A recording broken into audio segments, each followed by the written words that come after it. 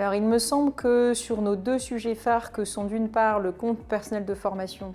et d'autre part l'apprentissage et plus globalement les dispositifs de formation en alternance, les acteurs de la formation professionnelle sont certainement en attente d'évolutions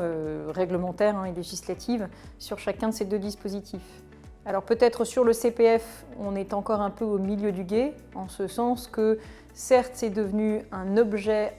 dont se sont appropriés nos concitoyens, puisque c'est réellement un dispositif de formation individuelle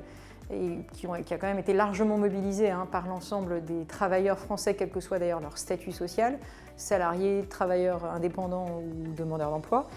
Le sujet d'après, c'est comment en faire un outil d'appropriation dans une logique de co-investissement où les entreprises, les partenaires sociaux, les branches professionnelles accompagnent les salariés dans une logique de sécurisation de leur parcours professionnel en leur permettant de pouvoir mobiliser leur CPF dans des logiques de co-construction. Et donc évidemment, c'est le sujet des abondements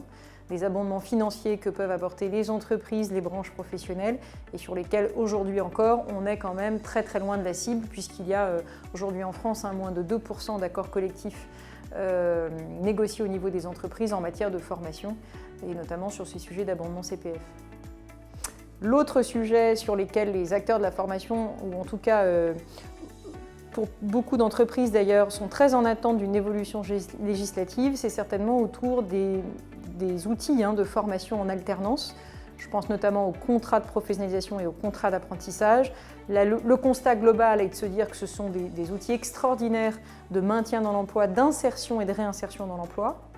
Et donc l'étape d'après, c'est voir comment ces dispositifs de formation en alternance pourraient être davantage généralisés et appropriés par les entreprises, notamment en permettant par exemple à des salariés en CDI de suspendre leur contrat de travail pour pouvoir suivre une formation en alternance et pourquoi pas dans le cadre de l'apprentissage. Ceci évidemment pose des questions notamment en termes de limite d'âge. Alors si ce n'est pas le contrat d'apprentissage, ça pourrait être le contrat de pro, mais il se trouve qu'aujourd'hui on ne peut pas suspendre un contrat de travail en CDI pour conclure un contrat de professionnalisation. Donc on le voit, on a des contraintes d'ordre juridique qui aujourd'hui freinent le recours et le développement de ces dispositifs de formation en alternance dans une logique